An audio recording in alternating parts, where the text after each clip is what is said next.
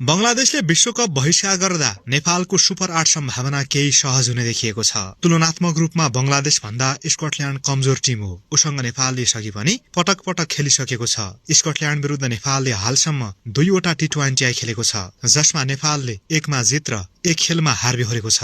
यी दुई टिमले पछिल्लो पटक गत वर्षको 20 जुनमा एक अर्काको सामना गरेका थिए, जहाँ नेपाल 34 रनले पराजित भयो। नेपाल सामु यसपालि स्कटल्याण्ड विरुद्ध उक्त हारको बदला विश्वकपमा लिने मौका छ। यस्तै ओडिआईमा हालसम्म नेपाल र स्कटल्याण्ड बीच 9 खेलमा भेट भएको छ, जसमा नेपालले 5 र स्कटल्याण्डले 3 खेलमा जित निकालेको इतिहास छ।